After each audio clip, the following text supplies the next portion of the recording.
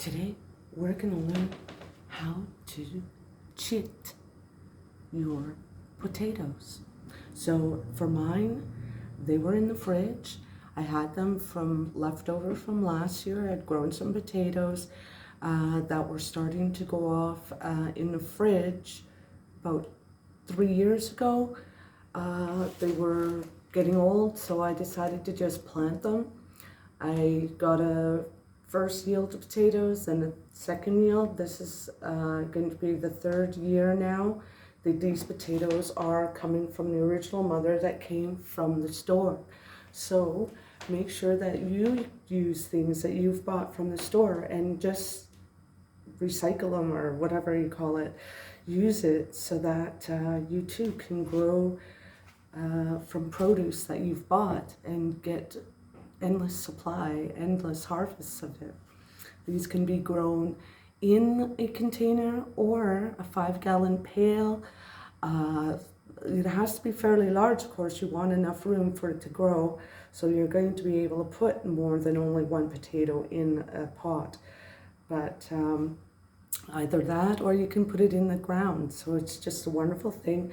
You wouldn't want it necessarily to be getting this long, just because it risks that it is going to get broken off, and then it just has to start over from the beginning and be little tiny ones. But no worse for wear. Just put them in a container, such as a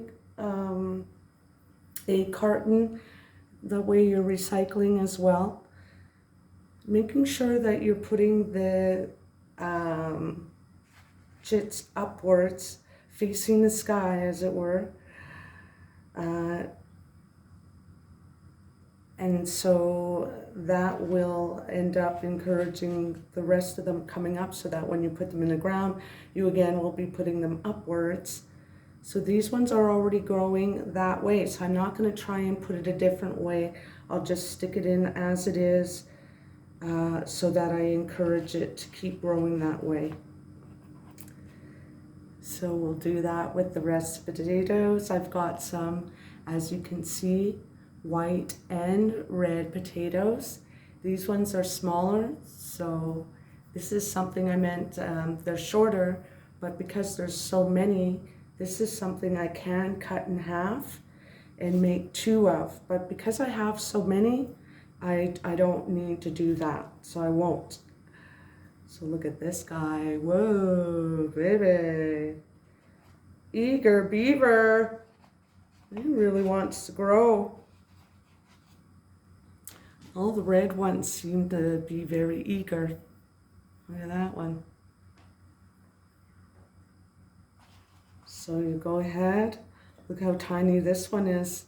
Oh, let's see the results. So make sure to click like and subscribe. Hit that notification bell for any upcoming videos of me being silly, sometimes being informative, such as showing you how to chit your potatoes. And make sure that you pay attention to the heading, because if you see a tongue in it, it's because you will be sure to see my mouth open. And if that's not something you want to see, be sure to watch my other videos where I don't have my mouth open, such as this one, other than for speaking. So again, these were something that I did keep in the fridge over winter. You may have a cold cellar or another area that you can put yours in. So you do want to make sure that it will not be exposed to moisture, because too much moisture will encourage rotting. And we definitely don't want to do that. So I'm going to go ahead and just put the rest of them surrounding it. It doesn't have to be a work of art. It's not a painting or whatever. Just get those in there.